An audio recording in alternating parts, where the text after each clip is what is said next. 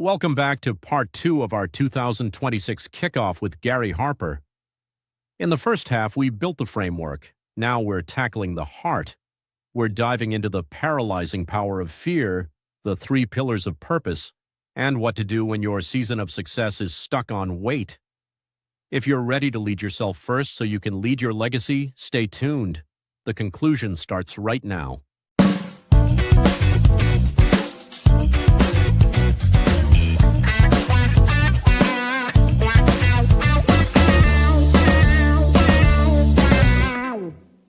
So along that, because again, as you made mention of, Gary, all this is interchangeable. People oftentimes want to make this thing this and this thing that.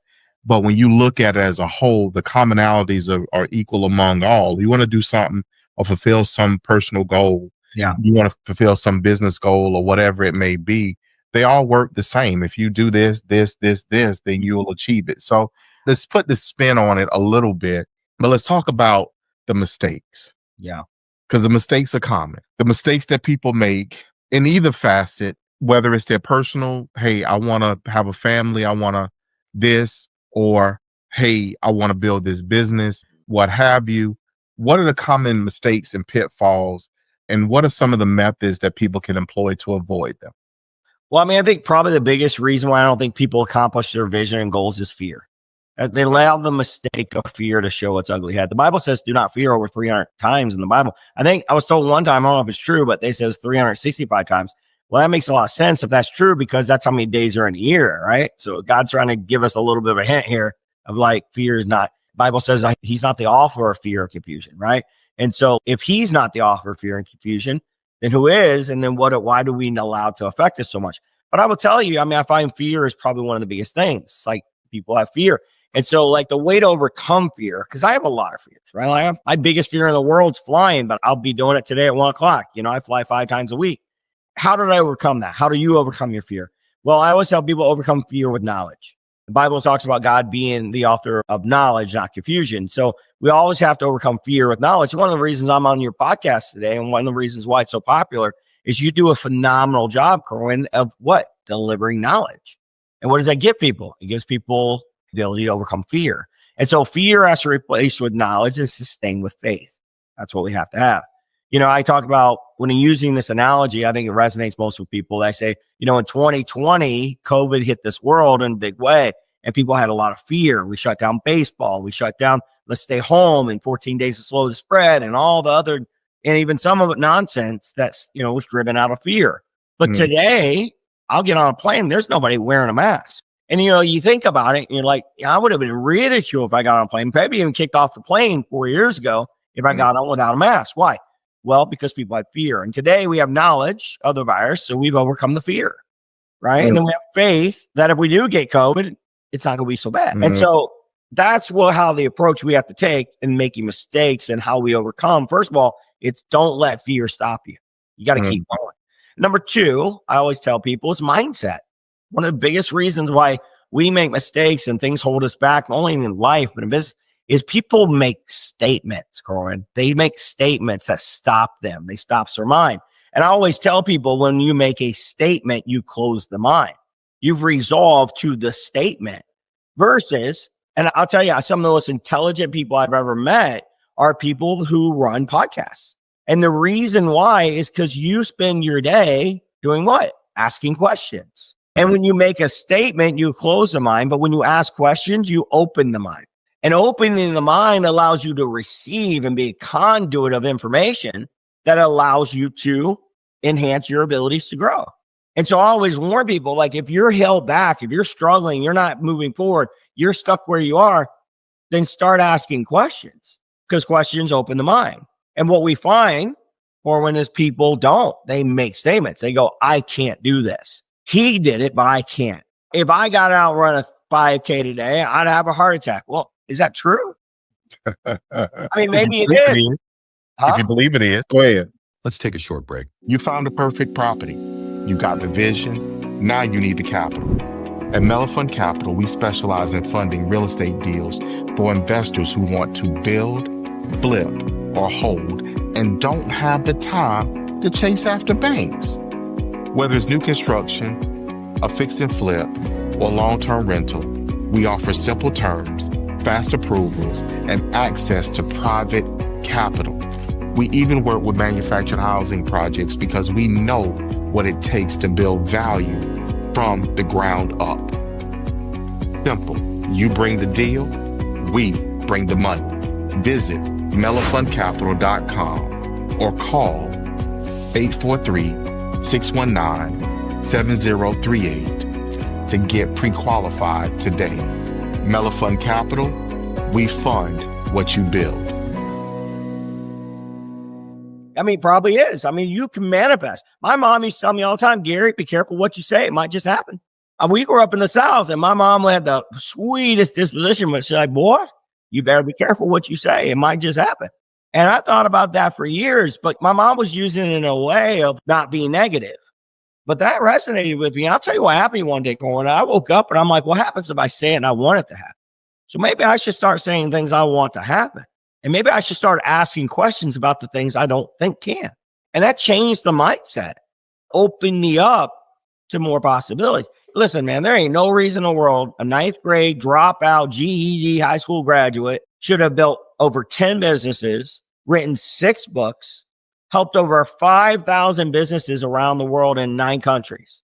Ain't no reason at all for me to be executive by the age of 22.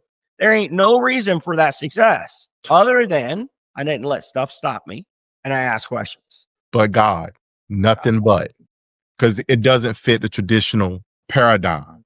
Norms that man has established that we oftentimes establish. That's where our fallacy is right there. Yeah. That's what hinders us. Yeah. Because as you made mention of earlier about people pursuing somebody else's vision. Yeah. That's not your vision. God didn't give that one to you, or you didn't bring it to him and say, Lord, look here, what can I do with this? Help me. You just, okay, well, they doing this. Let me try to do this too. Yeah, 100%. And I think, it goes back to that. It goes back to our purpose. I feel God gives us purpose through our life. And life comes from 3 categories of life. It comes from your past. God's giving you a love for something based on an experience you had. He's giving you a future. And so the first area of our purpose comes from your past, which is what we love to do. The second area comes from your future, which is what do we want to be remembered for when it's all said and done. Corwin, at some point in your life, someone's going to write your eulogy speech. Someone's going to rock by your coffin for the final time. And they're going to hope, and you're going to hope that they look down and say, I'm sure glad that man lived his life. Because this is the change, the impact he made in mine. And so what do you want them to say? Because you have the opportunity to write that speech for them. There's nothing sadder than going to a funeral and somebody saying, hey, does anybody know him? Anybody have anything they want to say? Nobody says anything, right? Well, I've been to funerals on the other side of that where people have 1,000 things to say. Why? Because somebody chose to write the speech for them. And then the third area of our life that we give to our purpose is the present. So the past is what we love. The future is what we want to be remembered for. But today, the present comes from what gifts we have that we could give back to the world. And when we answer those 3 questions, what do we love to do? What do we want to be remembered for? And what gifts we have we can give back to the world? That's our purpose. And that should be the thing that sparks the vision for our future. And that's what we have to live intentionally for and create accountability around to make sure we fulfill it. Because I'll tell you one thing, man, there's nothing more disheartening than sit in front of a doctor at the age of 35 and not know what your life's purpose is. And to think to yourself, oh, dear God, what did I do with my life? Did I fulfill my purpose? We have to live life with intentionality that allows us to fulfill that purpose so we feel fulfilled when life's end comes our way. And that's the beautiful part. I mean, you think about Moses in the Bible. What did he have?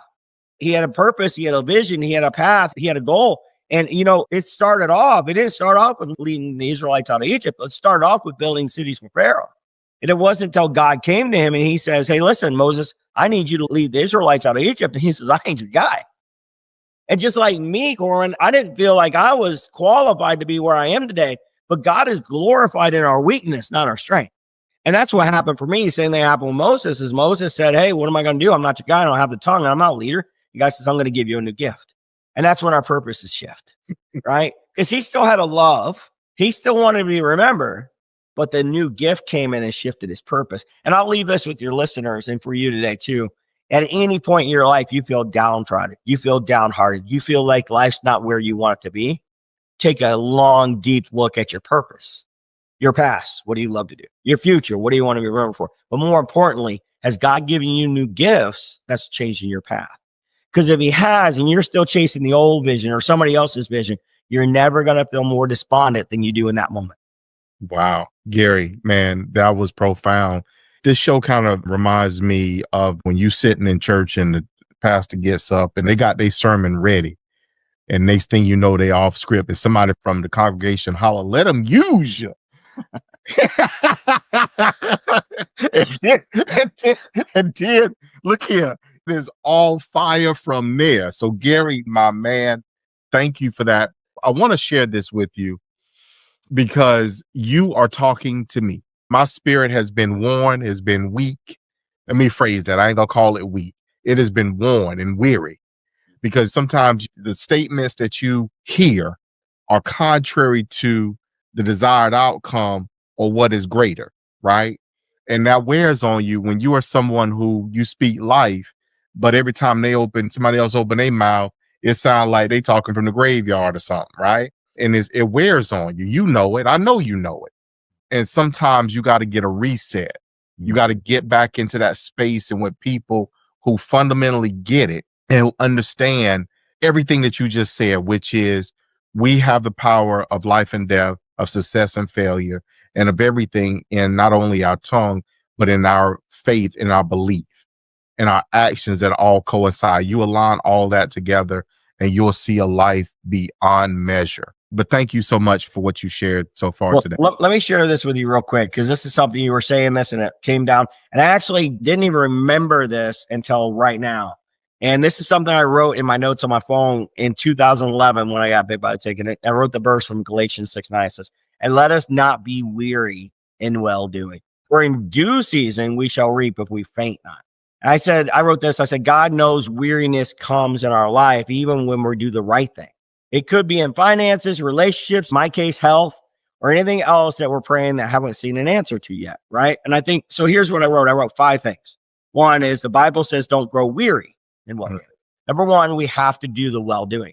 We have to keep going. We have to do that which is right, even when we're weary. Number 2, we might be doing the right things and don't see the results, but our due season is coming. Number 3, don't let the devil pull you away from the right thing with temptation. It's a trick to wear you down. It's kind of like a bullfighter. When a bullfighter is fighting a bull, he drops darts in the back of the bull just to drain him slowly until he falls. And number 4, I find myself at my weakest point physically when I'm not doing the right things. And number 5, last, we have to wait. We have to wait on the Lord. And I always say God answers prayers in 3 ways, Corwin. Number 1, yes. We all love that answer. Bring it on, bring it on. Like Oprah, you get a yes, and you get a yes, right? Everybody wants a yes. Number 2, no. The answer's no. We don't like that one. I don't know about you, but I don't like being told no. But you know, the hardest answer that I have found in that time of my life when I was the sickest that I'd ever been was when he looks at you and says, wait. Because yes, gratification immediately. Mm-hmm. No, disappointment immediately, but it's still an answer. Mm-hmm. Whoa, wait.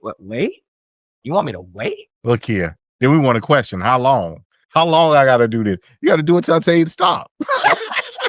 But you got to continue to do the right things while you're waiting.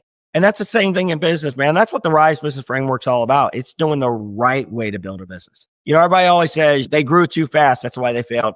Ain't no such thing as growing too fast. It's growing wrong. Doing it wrong. That's what creates failure. Doing it the right way. That's what creates success.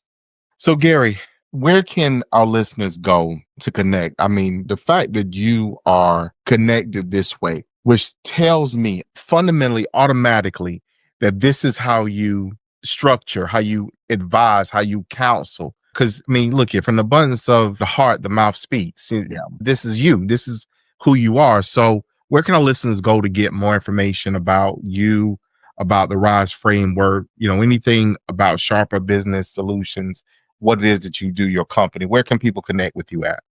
Well, I mean, our website is sharperbusiness.com. We are on TikTok. I'm on Instagram, on YouTube. I'm on multiple platforms, X, all those. So we put out a lot of content. I put about 2-3 videos a day, typically on those multiple platforms. But they can find me there under official Gary Harper. Our business platforms are Sharper Business on those platforms as well. But Sharper Business is kind of a centralized hub. If you want to get a copy of our books, you can go to Amazon. I have 3 books on Amazon. I have the Rise Business Framework, which is it's a curriculum book. It's a tactical, take these steps to reach where you need to be. Then we have The Purpose to Rise, which is a fable about a real estate entrepreneur that uses the Rise Business Framework to reach success. On there, I also have Is Your Business Sick? And so I told you my story of how I got sick, and the book there talks about parasites in life, but parasites in your business. Because we have parasites in our business that hold us back. Sometimes we're the parasite in our own business, by the way. So we could be that. And then I have a really fun book here. It's right there. It's called The Penny the Purposeful Panda. It's a children's book on how finding your purpose. And I always think it's so important to give even our kids purpose in life, because without it, the Bible says, where there's no vision, the people perish. And I think we all need hope. Gary. Look here. My man, you have blown me out of my socks today. I appreciate that. You probably left them standing in the corner somewhere or another, because I'm over here and they gone. This has been an amazing conversation. I want to thank you for not only your time, but your gift, because the time, Lord will give it back to you, but there's no way in the world I can repay you for your gift. I appreciate that. So again, thank you. Thank you so much. So look here, Gary, I'm going to ask you this one. If you could just drop what we would consider to be a takeaway on our listeners today, because from a legacy perspective, you focus on building, you focus on investing, and you focus on leading. And all those are designed to carry out the purpose. But for our listeners, drop that, if you could, that one takeaway for them for today's show that they should take with them and carry that into and manifest that into what God has for them, their life, their business, their family, or wherever they wish to apply it. Yeah, I would say that a lot of people that I work with and a lot of listeners that I think listen to these shows, they're trying to figure out life in general. And I say, you got to first focus on you, and you got to first focus on making sure you're healthy and that your mind's healthy and your spirit's healthy and where you're going is healthy. You have no right to lead other people until you've led yourself first. And so I think the listeners need to walk away with what they need to do to work on themselves today. And then if they work on themselves and become the proper leaders of their companies, the business will follow, the relationships will follow, the success will follow. But you got to be willing to work on yourself first. And that's one of the hardest things to do of everything, right? Like people will call me and say, hey, Gary, I'll pay you $20,000 a day to come in and help my business. If you come speak at my event, if you could do this, if you do that. But I'll tell you what, Corwin, as soon as I say, hey, I'm going to have a self-accountability seminar or workshop, and I don't even charge for it, it's crickets. People don't want to show up for it. And so I think we got to remind people today that it starts with you. I'm reminded every time I get on a plane and the stewardess says, hey, listen, if we have turbulence and we lose cabin pressure and the mask is going to drop it, and they remind us to put our mask on first. You know why? Because we have no right or ability to help other people if we're not healthy ourselves. So today I challenge you to refocus on you, lead you first, the rest will follow. That is powerful. So Gary, again, thank you so much for being on with us today. I really appreciate it. For our listeners, my God, you've gotten a playbook. If you do nothing else, I need you to make sure you got your notes and keep them handy. Write them, stick them on your mirror, put them on the dash in the car, put them on your cubicle at work. If you got, matter of fact, get your oil and keep your oil with you too, and make everything around you greasy. That way nothing bad sticks to you and you are nurtured and taken care of and protected by it. And y'all know what I mean. So thank you so much again, Gary. For our listeners, look, guys, you know how I feel. You know what I say. I always put the two of those things together. You have the two of them things, and I give it to you this way, which is to tell you that I love you, and we're going to see you guys out there in those streets.